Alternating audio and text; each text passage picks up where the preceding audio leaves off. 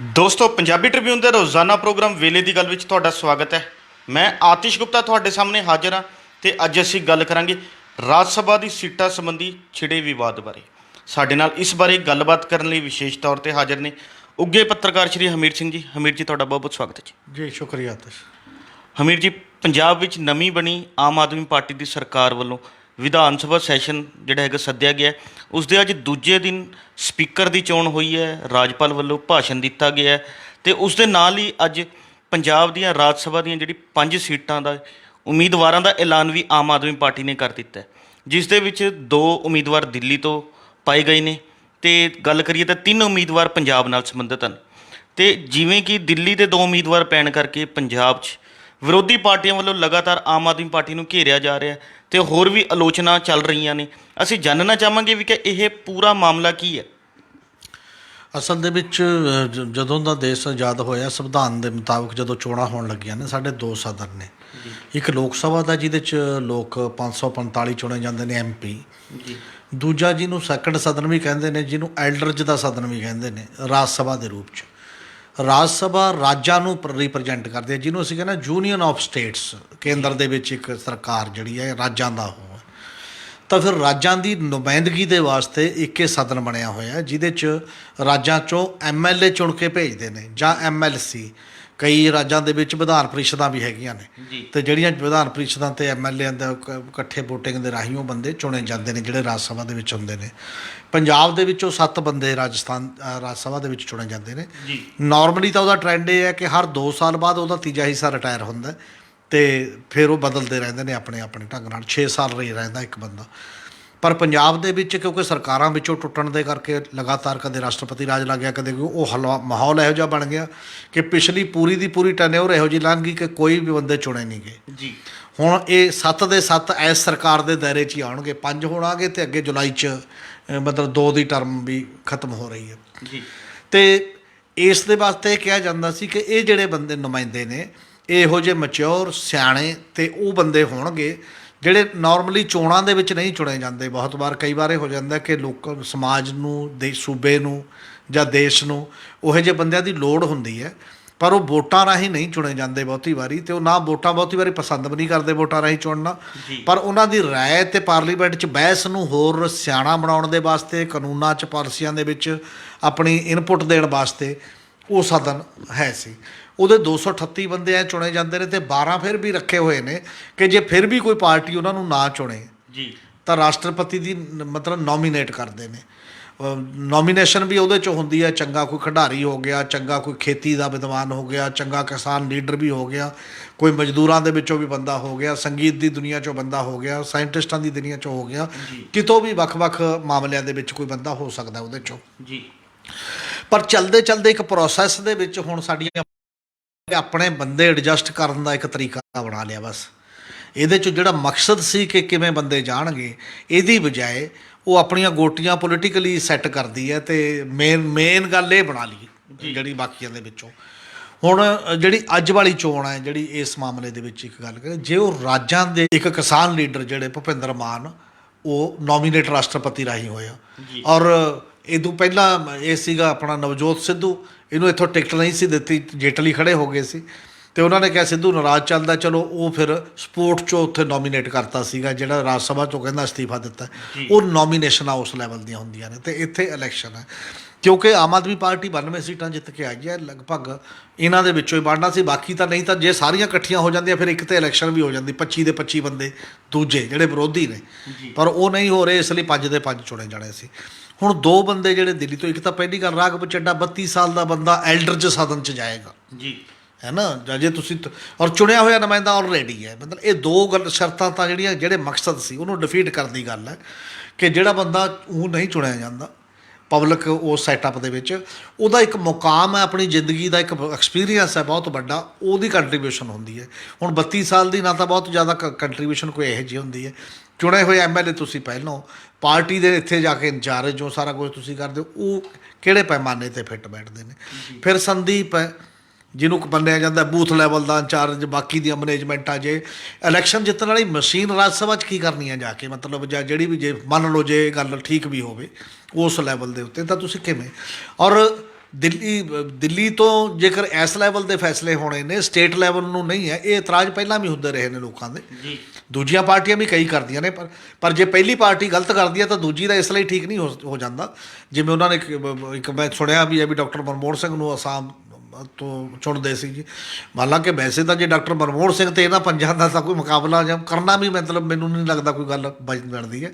Doctor Manmohan Singh ਉਦੋਂ ਵੀ international non ਇਕੋਨਮਿਸਟ ਸੀ, ਅਤੇ ਇੱਕ ਕੰਟਰੀਬਿਊਸ਼ਨ ਜਿਹੜੀ ਬਾਕੀ ਦੀ ਹੁੰਦੀ ਹੈ ਉਹ ਇੱਕ ਅਲੱਗ ਗੱਲ ਹੈ। ਪਰ ਉਹ ਵੀ ਡਾਕਟਰ ਮਨਮੋਹਨ ਸਿੰਘ ਨੂੰ ਵੀ ਤਾਂ ਪੰਜਾਬ 'ਚੋਂ ਕਈ ਵਾਰ ਉੱਥੇ ਬਣ ਗਿਆ। ਇਹ ਹਾਲਾਤ ਹੋਣਗੇ ਵੀ ਇੱਥੇ ਪੰਜਾਬ 'ਚ ਉਹ ਵਾਰੀ ਉਹ ਨਹੀਂ ਆਈ ਹੋਣੀ ਜਦੋਂ ਕੋਈ ਬੰਦਾ ਚਾਹੀਦਾ ਹੁੰਦਾ ਅਤੇ ਤੁਸੀਂ ਕੋਈ ਤਰੀਕਾ ਅਪਣਾਉਂਦੇ ਹੋ। ਦੂਜੀਆਂ ਪਾਰਟੀਆਂ ਇਹ ਚੀਜ਼ਾਂ ਵੀ ਕਰਦੀਆਂ ਰਹੀਆਂ ਨੇ ਆਪੋ ਆਪਣਾ। ਬੀਜੇਪੀ ਵੀ ਕਿਤੋਂ ਕਿਤੋਂ ਕਰ ਦਿੰਦੀ ਆ ਹੋਰ ਜਗ੍ਹਾ, ਜੇਕਰ ਇੱਥੋਂ ਤੁਹਾਡਾ ਨਹੀਂ ਬਣਦਾ। ਪਰ ਇਹਦਾ ਮਤਲਬ ਇਹ ਨਹੀਂ ਹੋ ਜਾਂਦਾ ਕਿ ਜੇ ਦੂਜੀਆਂ ਪਾਰਟੀਆਂ ਇਹ ਕਰਦੀਆਂ ਨੇ ਤਾਂ ਤੁਸੀਂ ਵੀ ਠੀਕ ਉਹੀ ਕਰੋਗੇ, ਹੈ ਨਾ। ਅਤੇ ਫਿਰ ਇਸ ਤੋਂ ਬਾਅਦ ਇੱਕ ਗੱਲ ਹੋਰ ਹੋ ਗਈ ਹੈ ਕਿ ਜਿਹੜੇ ਇੱਥੇ ਬੰਦੇ ਤੁਸੀਂ ਦਿੱਤੇ ਨੇ, ਔਰ ਜਿਹੜਾ ਆਮ ਆਦਮੀ ਪਾਰਟੀ ਦਾ ਸਭ ਤੋਂ ਮੇਨ ਫੋਕਸ ਸੀਗਾ ਇਸ 'ਚ, ਉਹ ਫੋਕਸ ਸੀ ਕਿ ਅਸੀਂ ਸਿੱਖਿਆ ਅਤੇ ਸਿਹਤ ਜੀ ਆਮ ਜਿਹੜਾ ਸਧਾਰਨ ਬੰਦਾ ਹੈ ਉਹਦੇ ਲਈ ਅਸੀਂ ਪੂਰੀ ਸੁਧਾਰਾਂਗੇ ਇਹਨੂੰ ਅਤੇ ਉਹਦੇ ਪਹੁੰਚ ਬਣਾਵਾਂਗੇ। ਅਤੇ ਜਿਹੜੇ ਦੋਨੋਂ ਬੰਦੇ ਇੱਥੋਂ ਚੁਣੇ ਗਏ ਨੇ, ਇੱਕ ਕੈਂਸਰ ਹਸਪਤਾਲ ਦਾ ਮਾਲਕ ਹੈ ਅਤੇ ਇੱਕ ਲਵਲੀ ਵਰਗੀ ਯੂਨੀਵਰਸਿਟੀ ਦਾ ਮਤਲਬ ਮਾਲਕ ਹੈ ਜੀ। ਉਹ ਨਾ ਐਜੂਕੇਸ਼ਨਿਸਟ ਹੈ ਨਾ ਉਹ ਹੈਲਥ ਵਾਲਾ, ਅਤੇ ਉਹ ਮਾਲਕ ਨੇ, ਉਹ ਮਤਲਬ ਇੱਕ ਟਾਈਪ ਦੇ ਕਾਰਪੋਰੇਟ ਉਸ ਲੈਵਲ 'ਤੇ ਨੇ। ਅਤੇ ਜਦੋਂ ਰਾਜ ਸਭਾ ਦੇ ਵਿੱਚ ਜਾਣਗੇ ਤਾਂ ਇੱਕ ਮਾਈਂਡ ਆਫ ਮਾਈਂਡ ਬਣਿਆ ਹੁੰਦਾ ਹੈ, ਮਾਨਸਿਕਤਾ ਬੰਦੇ ਦੀ ਬਣੀ ਹੁੰਦੀ ਹੈ ਕਿ ਪਾਲਿਸੀ ਇਹੀ ਠੀਕ ਹੈ। ਤਾਂ ਕਿਤੇ ਨਾ ਕਿਤੇ ਉਹ ਪ੍ਰਾਈਵੇਟਾਈਜੇਸ਼ਨ ਦਾ ਜਿਹੜਾ ਦੌਰ ਹੈ ਜਿੱਧਰ ਨੂੰ ਚੱਲ ਰਹੀ ਹੈ, ਸਿੱਖਿਆ ਸਿਹਤ ਬਾਕੀ, ਉਹ ਉੱਧਰ ਨੂੰ ਹੀ ਮਤਲਬ ਉਹਨੂੰ ਲੈ ਜਾਣ ਦੀ ਕੋਸ਼ਿਸ਼ ਹੋਏਗੀ ਜਦੋਂ ਵੀ ਕੋਈ ਗੱਲ ਇਸ ਲੈਵਲ ਦੀ ਹੋਏਗੀ।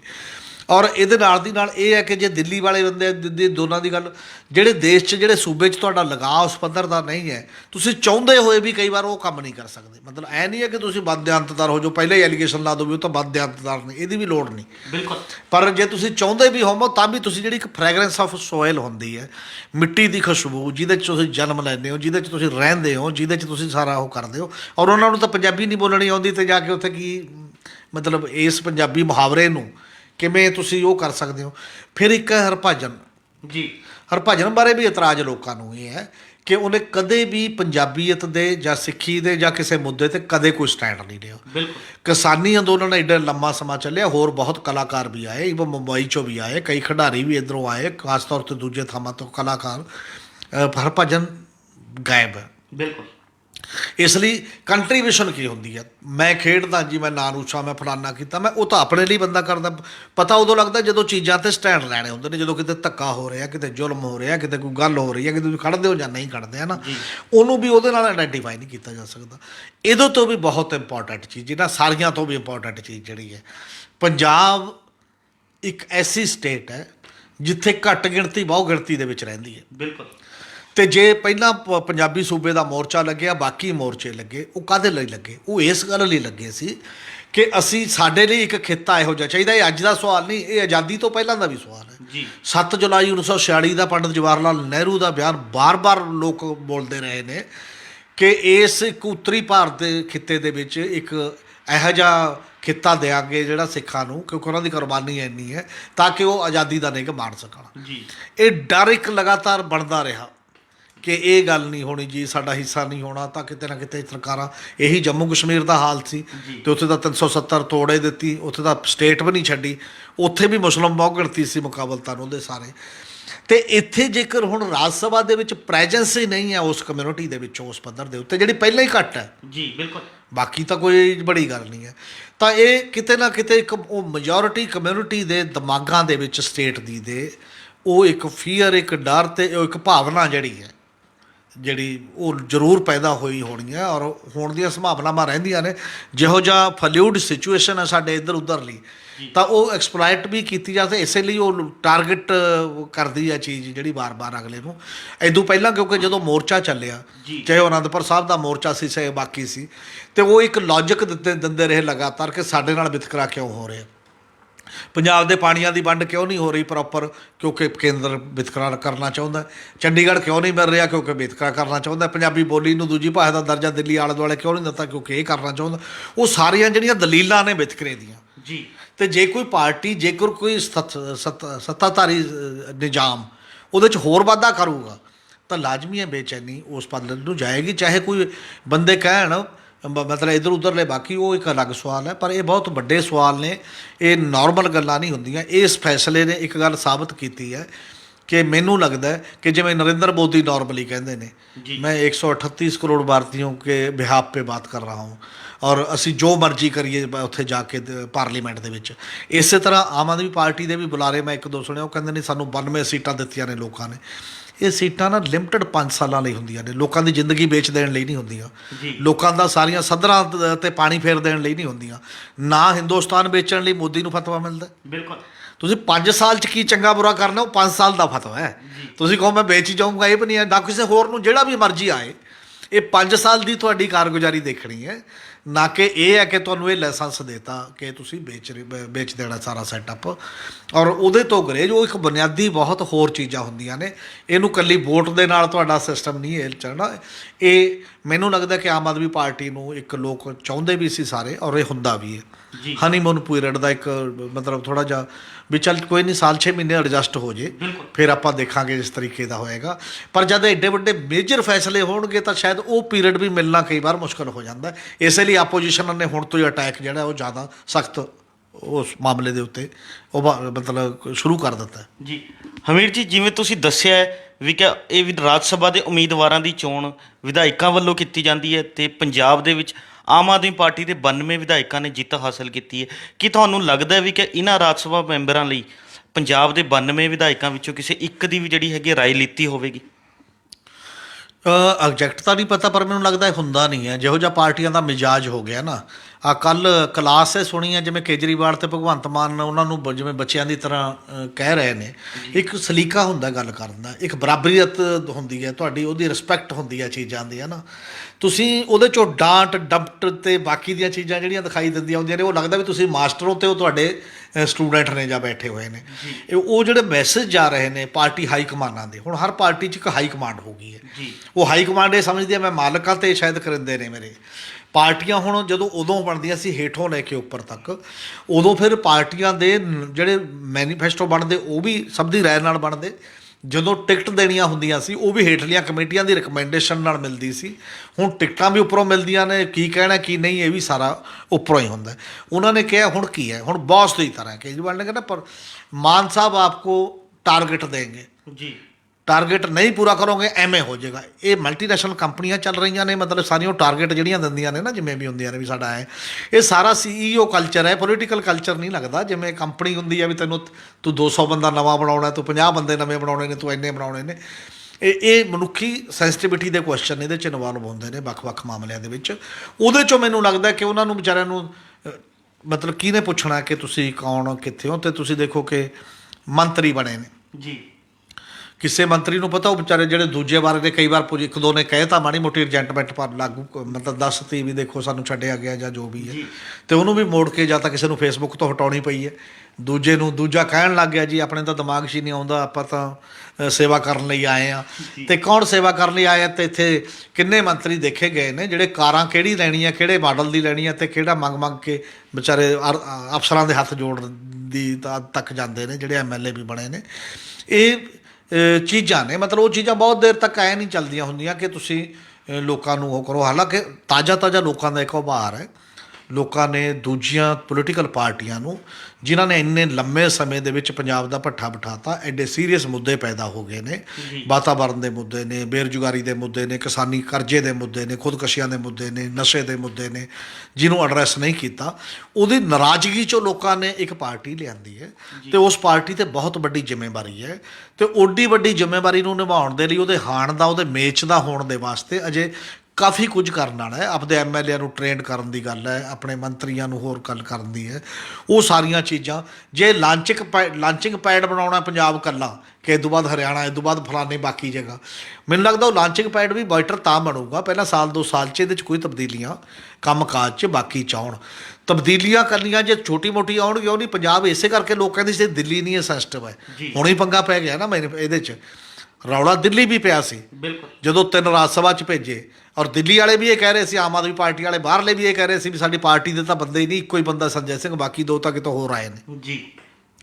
ਇਸ ਲਈ ਇਹ ਚੀਜ਼ਾਂ ਸਾਰੇ ਕਿਤੇ ਹੋਣਗੀਆਂ, ਔਰ ਪਰ ਇਹਨੂੰ ਕਿਵੇਂ ਨਜਿੱਠਦੀ ਆ ਪਾਰਟੀ ਅਜੇ ਸ਼ੁਰੂਆਤ ਹੋਈ ਹੈ। ਔਰ ਇਹਦੇ ਨਾਲ ਲੋਕਾਂ ਦਾ ਜ਼ਿਆਦਾ ਵਜਨ ਮੇਰਾ ਖਿਆਲ ਹੈ ਭਗਵੰਤ ਮਾਨ ਤੇ ਬੀਇੰਗ ਚੀਫ ਮਿਨਿਸਟਰ ਵੀ ਆਏਗਾ ਕਿ ਤੈਨੂੰ ਪੰਜਾਬ ਲਈ ਸਟੈਂਡ ਲੈਣਾ ਚਾਹੀਦਾ, ਜਾਂ ਬਾਕੀ ਦੀਆਂ ਗੱਲਾਂ ਨੂੰ, ਜਾਂ ਐਮਐਲਏ ਜਿਹਨੂੰ ਪੰਜਾਬ ਲਈ ਸਟੈਂਡ ਲੈਣਾ ਚਾਹੀਦਾ। ਉਹ ਡਿਪੈਂਡ ਕਰੂਗਾ ਕਿ ਤੁਸੀਂ ਕਿੰਨੀ ਕੁ ਅੰਦਰੂਨੀ ਜਮਹੂਰੀਅਤ ਦੇ ਹੱਕਦਾਰ ਹੋ, ਜਾਂ ਕਿੰਨੀ ਕੁ ਉਹਨੂੰ ਸਪੇਸ ਦਿਓਗੇ। ਉਦੋਂ ਬਿਨਾਂ ਅਜੇ ਨਹੀਂ, ਅਜੇ ਬਹੁਤ ਸ਼ੁਰੂਆਤ ਹੈ, ਪਰ ਇਹ ਫੈਸਲੇ ਜ਼ਰੂਰ ਕਿਤੇ ਨਾ ਕਿਤੇ ਇਹੋ ਜਿਹੇ ਹੈਗੇ ਨੇ ਜਿਹਦੇ ਨਾਲ ਲੋਕਾਂ ਦੇ ਵਿੱਚ ਇੱਕ ਬੇਚੈਨੀ ਦਾ ਆਲਮ ਜ਼ਰੂਰ ਪੈਦਾ ਹੋਇਆ। ਜੀ ਹਮੀਰ ਜੀ, ਜਦੋਂ ਗੱਲ ਕਰਦੇ ਹਾਂ ਮੰਤਰੀ ਮੰਡਲ ਦੀ, ਤਾਂ ਮੰਤਰੀ ਮੰਡਲ ਨੂੰ ਲੈ ਕੇ ਵੀ ਕਈ ਤਰ੍ਹਾਂ ਦੇ ਸਵਾਲ ਖੜੇ ਹੋ ਰਹੇ ਨੇ, ਕਿਉਂਕਿ ਹਲੇ ਤੱਕ ਸਿਰਫ 10 ਮੰਤਰੀਆਂ ਦੀ ਚੋਣ ਕੀਤੀ ਜਾ ਚੁੱਕੀ ਹੈ ਤੇ ਉਹਨਾਂ ਨੂੰ ਵੀ ਅੱਜ 3 ਦਿਨ ਹੋ ਗਏ, ਹਲੇ ਤੱਕ ਉਹਨਾਂ ਦੇ ਵਿਭਾਗਾਂ ਦਾ ਐਲਾਨ ਨਹੀਂ ਕੀਤਾ ਗਿਆ, ਉਹ ਵੰਡ ਨਹੀਂ ਹੋ ਸਕੀ। ਤੇ ਗੱਲਾਂ ਇਹ ਚੱਲ ਰਹੀਆਂ ਨੇ ਵੀ ਕਿ ਕ੍ਰਾਈਟੇਰੀਆ ਕੋਈ ਹੋਰ ਜਿਹੜਾ ਹੈਗਾ ਸੋਚਿਆ ਸਮਝਿਆ ਜਾ ਰਿਹਾ ਸੀ ਵੀ ਕਿ ਇਸ ਆਧਾਰ 'ਤੇ ਮੰਤਰੀ ਚੁਣੇ ਜਾਣਗੇ, ਪਰ ਕਿਸੇ ਹੋਰ ਹੀ ਆਧਾਰ 'ਤੇ ਮੰਤਰੀਆਂ ਦੀ ਚੋਣ ਕੀਤੀ ਗਈ ਹੈ। ਇਸ ਬਾਰੇ ਵੀ ਚਾਨਣਾ ਪਾਓ।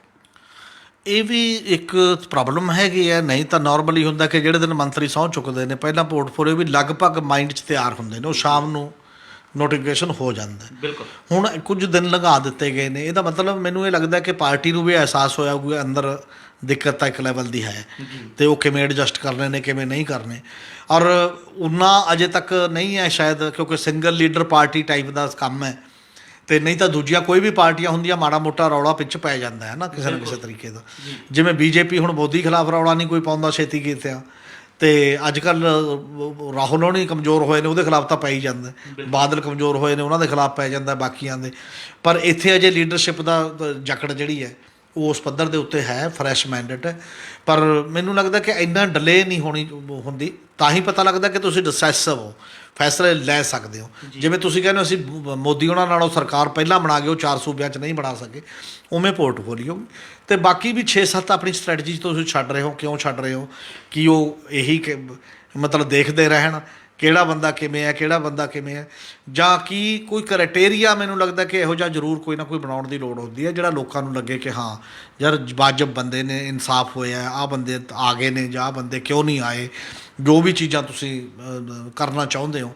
ਅਤੇ ਕਿਤੇ ਨਾ ਕਿਤੇ ਜਮਹੂਰੀਅਤ ਦੇ ਵਿੱਚ ਲੋਕਾਂ ਨੂੰ ਸੈਟੀਸਫਾਈ ਕਰਾਉਣਾ ਵੀ ਬੜਾ ਜ਼ਰੂਰੀ ਹੁੰਦਾ ਇਹਨਾਂ ਮਾਮਲਿਆਂ 'ਤੇ। ਜੀ ਹਮੀਰ ਜੀ, 5 ਸੂਬਿਆਂ ਦੀ ਚੋਣਾਂ ਦੇ ਨਤੀਜੇ ਸਭ ਦੇ ਸਾਹਮਣੇ ਨੇ ਤੇ ਪੰਜਾਬ 'ਚ ਆਮ ਆਦਮੀ ਪਾਰਟੀ ਦੀ ਸਰਕਾਰ ਕਾਬਜ਼ ਹੋਈ ਹੈ ਤੇ ਹੋਰਨਾਂ 4 ਸੂਬਿਆਂ 'ਚ ਭਾਜਪਾ। ਤੇ ਇਸੇ ਦੌਰਾਨ ਦੇਖੀਏ ਤਾਂ ਅੱਜ MSP ਦੀ ਇੱਕ ਰਿਪੋਰਟ ਜਾਰੀ ਕੀਤੀ ਜਾਂਦੀ ਹੈ। ਅਸੀਂ ਜਾਣਨਾ ਚਾਹਾਂਗੇ ਉਸ ਰਿਪੋਰਟ ਦੇ ਵਿੱਚ ਕੀ ਕੁਝ ਹੈ, ਤੇ ਇਸ ਸਮੇਂ ਜਦੋਂ ਚੋਣਾਂ ਦੇ ਨਤੀਜੇ ਆ ਚੁੱਕੇ ਨੇ ਉਸ ਤੋਂ ਬਾਅਦ ਜਿਹੜਾ ਰਿਪੋਰਟ ਜਾਰੀ ਕਰਨ ਦਾ ਮਕਸਦ ਕੀ ਹੋ ਸਕਦਾ?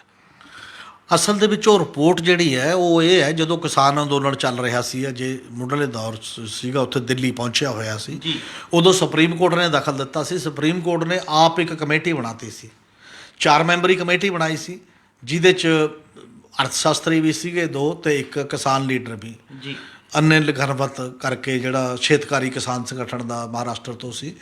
ਅਤੇ ਇਸੇ ਤਰ੍ਹਾਂ ਇੱਕ ਭੁਪਿੰਦਰ ਸਿੰਘ ਮਾਨ ਪੰਜਾਬ ਤੋਂ ਸੀ। ਪੰਜਾਬ ਤੋਂ ਉਦੋਂ ਅੰਦੋਲਨ ਇੰਨਾ ਤੇਜ਼ ਸੀ ਜਾਂ ਦਬਦਬਾ ਸੀ, ਮਾਨ ਨੇ ਅਸਤੀਫਾ ਦੇ ਦਿੱਤਾ ਸੀ। ਅਤੇ ਚਲਦੇ ਚਲਦੇ ਉਹ ਕਮੇਟੀ ਆਪਣੀ ਗੱਲ ਕਰਦੀ ਰਹੀ, ਪਰ ਜਿਹੜੇ ਅੰਦੋਲਨਕਾਰੀ ਕਿਸਾਨ ਧਿਰਾਂ ਸੀ ਇਹਨਾਂ ਨੇ ਪਹਿਲਾਂ ਹੀ ਕਹਿਤਾ ਸੀ ਕਿ ਇਸ ਕਮੇਟੀ ਦਾ ਬਾਈਕਾਟ ਹੈ, ਅਸੀਂ ਨਹੀਂ ਹੈ ਇਹੋ ਜਿਹੀ ਕਿਸੇ ਵੀ ਕਮੇਟੀ ਨੂੰ ਮੰਨਦੇ, ਕਾਨੂੰਨ ਵਾਪਸ ਲੈਣੇ ਪੈਣਗੇ ਅਤੇ ਵਾਪਸ ਹੋਣੇ ਚਾਹੀਦੇ ਨੇ।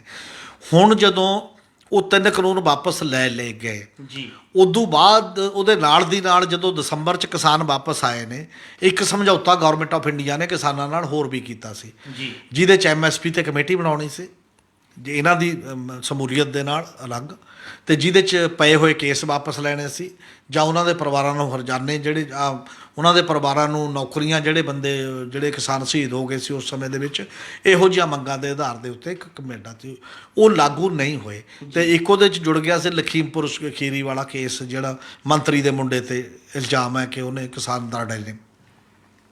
ਹੁਣ ਜਦੋਂ ਚੋਣਾਂ ਮੁੱਕ ਗਈਆਂ ਤਾਂ ਕਿਸਾਨ ਜਥੇਬੰਦੀਆਂ ਨੇ ਦੁਬਾਰਾ ਅੰਦੋਲਨ ਦੀ ਸ਼ੁਰੂਆਤ ਕਰਤੀ ਹੈ, ਕੁਝ ਡੇਟਾ ਅਨਾਊਂਸ ਕਰਤੀਆਂ, ਹੌਲੀ ਹੌਲੀ ਉਧਰ ਨੂੰ ਜਾ ਰਿਹਾ।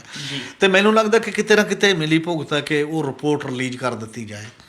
ਇਹ ਰਿਪੋਰਟ ਹਾਲਾਂਕਿ ਵੈਸੇ ਤਾਂ ਜੇ ਕਾਇਦੇ ਨਾਲ ਦੇਖਿਆ ਜਾਏ ਉਹ ਸੁਪਰੀਮ ਕੋਰਟ ਦੀ ਰਿਪੋਰਟ ਸੀ ਜੀ, ਸੁਪਰੀਮ ਕੋਰਟ ਨੂੰ ਤੁਸੀਂ ਦੇਤੀ ਕੀ ਇਹ ਸੁਪਰੀਮ ਕੋਰਟ ਦੀ ਵਾਇਲੇਸ਼ਨ ਨਹੀਂ ਹੈ ਕਿ ਕੋਈ ਉਹਦਾ ਮੈਂਬਰ ਲੀਕ ਕਰ ਦਿੰਦਾ ਰਿਪੋਰਟ? ਜੀ ਬਿਲਕੁਲ। ਉਹਦਾ ਮੈਂਬਰ ਕਿਤੇ ਦੇ ਦਿੰਦਾ ਤੇ ਸੁਪਰੀਮ ਕੋਰਟ ਕਰਦੀ ਤਾਂ ਅਲੱਗ ਗੱਲ ਸੀ। ਸੁਪਰੀਮ ਕੋਰਟ ਤਾਂ ਕਹਿੰਦੀ ਕਿ ਆਹ ਭਾਈ ਮੇਰੇ ਕੋਲ ਰਿਪੋਰਟ ਆਈ ਹੈ।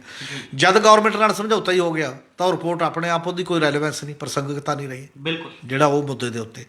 ਪਰ ਹੁਣ ਉਹ ਦਰਸਾਉਣਾ ਚਾਹੁੰਦੇ ਨੇ ਮੇਰੇ ਖਿਆਲ ਹੈ ਇੱਕ ਨਵਾਂ ਬਿਰਤਾਂਤ ਦੁਬਾਰਾ ਉੱਥੇ ਹੀ ਜਾ ਕੇ ਉਹਨਾਂ ਕਾਨੂੰਨਾਂ ਬਾਰੇ, ਖਾਸ ਤੌਰ ਤੇ MSP ਤੇ ਜ਼ਰੂਰ। ਉਹ ਇਹ ਕਹਿ ਰਿਹਾ ਹੈ ਕਿ 73 ਜਥੇਬੰਦੀਆਂ ਨੇ, ਕਿਸਾਨ ਜਥੇਬੰਦੀਆਂ ਨੇ ਸਾਡੇ ਕੋਲ ਆਈਆਂ ਜਿਨ੍ਹਾਂ ਨੇ ਆਪਣਾ ਕੰਮ ਉਹ ਕੀਤਾ। ਵੈਸੇ ਤਾਂ ਉਹ ਕਹਿੰਦਾ ਸਾਨੂੰ ਲਗਭਗ 19,000 ਮਤਲਬ ਮੇਲ ਆਈ ਹੈ ਜਾਂ ਵੱਖ-ਵੱਖ ਲੋਕਾਂ ਦੀਆਂ ਰਾਇਆਂ ਆਈਆਂ ਨੇ ਜਿਨ੍ਹਾਂ ਨੇ ਜਥੇਬੰਦੀਆਂ ਵੀ ਨੇ, ਐਕਸਪਰਟ ਵੀ ਨੇ, ਬਾਕੀ ਨੇ। ਅਤੇ ਉਹ ਕਹਿੰਦਾ 73 ਜਥੇਬੰਦੀਆਂ ਨੇ ਜਿਹਦੇ 3 ਕਰੋੜ 30 ਲੱਖ ਫੋਲੋਅਰ ਨੇ, ਮੈਂਬਰ ਨੇ, ਉਹ ਕਹਿੰਦੀਆਂ ਨੇ ਕਿ ਕਾਨੂੰਨ ਬਿਲਕੁਲ ਠੀਕ ਨੇ। ਹੁਣ ਇੱਕ ਤਾਂ ਇਹ ਵੀ ਗੱਲ ਨਹੀਂ ਸਮਝ ਆਈ ਉਹ 73 ਕਿਹੜੀਆਂ ਰਹਿ ਗਈਆਂ ਜਿਹੜੀਆਂ ਇਹਨਾਂ ਤੋਂ ਬਾਹਰ ਸੀ, ਜਿਹੜੀਆਂ ਸੰਘਰਸ਼ ਲੜ ਰਹੀਆਂ ਸੀ। ਬਿਲਕੁਲ। ਦੂਜੀ ਗੱਲ ਇਹ ਹੈ ਕਿ ਇਹਨਾਂ ਨੂੰ 3 ਕਰੋੜ 30 ਲੱਖ ਮੈਂਬਰਸ਼ਿਪ ਵਾਲੀ ਕਿੱਥੋਂ ਪਤਾ ਲੱਗਿਆ? ਉਹ ਤਾਂ BJP ਤੋਂ ਵੀ ਵੱਡੀਆਂ ਨੇ। BJP ਕਹਿੰਦੀ ਅਸੀਂ ਦੁਨੀਆ ਦੀ ਸਭ ਤੋਂ ਵੱਡੀ ਪਾਰਟੀ ਆ ਤੇ 1 ਕਰੋੜ ਮੈਂਬਰਸ਼ਿਪ ਹੈ, ਤੇ 3 ਕਰੋੜ 30 ਲੱਖ ਮੈਂਬਰਸ਼ਿਪ ਵਾਲੀਆਂ ਜਥੇਬੰਦੀਆਂ ਕਿੱਥੋਂ ਲੱਭ ਗਈਆਂ? ਪਹਿਲਾਂ ਕਹਿੰਦੇ ਜੇ ਤਾਂ ਜਥੇਬੰਦੀਆਂ ਇਹਨਾਂ ਨਾਲ ਤਾਂ ਕਿਸਾਨ ਨਹੀਂ, ਕਿਸਾਨ ਸਾਡੇ ਨਾਲ ਨੇ। ਤੇ ਇਹ ਗਿਣਤੀ ਕਿੱਥੋਂ ਹੋਈ ਹੈ? ਇਹ ਕਿੱਥੇ ਰਜਿਸਟਰਡ ਨੇ ਜਿੱਥੇ 3 ਕਰੋੜ? ਮਤਲਬ ਇੱਕ ਕਾਲਪਨਿਕ ਤਰੀਕੇ ਦਾ ਤੁਸੀਂ ਤੱਥ ਪੇਸ਼ ਕਰਕੇ ਜਿਹੜੀਆਂ ਉਹ ਲੋਕਾਂ ਨੂੰ ਇੱਕ ਲੈਵਲ ਦੀ ਜਿਹੜੀ ਪਰਸੈਪਸ਼ਨ ਗੇਮ ਹੁੰਦੀ ਹੈ, ਇੱਕ ਗੁੰਮਰਾਹ ਕਰਨ ਦਾ ਤਰੀਕਾ ਹੁੰਦਾ ਹੈ। ਦੂਜੇ ਬੰਦੇ ਕਹਿਣਗੇ, ਕੱਲ੍ਹ ਨੂੰ ਸਪੋਕਸ ਪਰਸਨ ਕਿਹਾ ਕਰਨਗੇ BJP ਦੇ ਬੈਠੇ, ਦੇਖੋ ਜੀ 3 ਕਰੋੜ 30 ਲੱਖ ਨੇ ਐਂ ਕੀਤਾ, ਫਲਾਣੇ ਨੇ ਐਂ ਕੀਤਾ।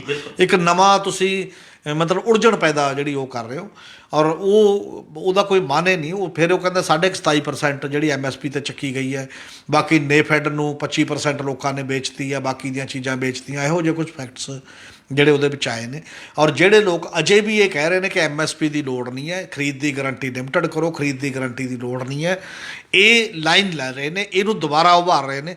ਇਹਦੇ ਤੋਂ ਲੱਗਦਾ ਕਿ ਇਹ ਵਿਚਾਰਾਂ ਦੀ ਲੜਾਈ ਜਿਹੜੀ ਕਾਰਪੋਰੇਟ ਡਿਵੈਲਪਮੈਂਟ ਦੇ ਮਾਡਲ ਦੀ, ਅਤੇ ਦੂਜੇ ਪਾਸੇ ਕਿਸਾਨੀ ਅਤੇ ਆਮ ਲੋਕਾਂ ਦੇ, ਸਧਾਰਨ ਲੋਕਾਂ ਨੂੰ ਮਹਿੰਗਾਈ ਤੋਂ ਬਚਾਉਣ ਦੀ ਜਾਂ ਉਹਨਾਂ ਦੀ ਆਮਦਨ ਵਧਾਉਣ ਦੀ, ਅਤੇ ਤੀਜਾ ਫੈਡਰਲਿਜ਼ਮ ਦੀ, ਇਹ ਦੁਬਾਰਾ ਲੜਾਈ। ਮਤਲਬ ਉਹ ਤਾਂ ਇੱਕ ਪੜਾਅ ਸੀ ਜਿਹੜਾ ਥੋੜ੍ਹੇ ਚਿਰ ਲਈ ਰੁਕ ਗਿਆ, ਸ਼ਾਇਦ ਚੋਣਾਂ ਕਰਕੇ ਸਰਕਾਰ ਵੀ ਪਿੱਛੇ ਹਟ ਗਈ।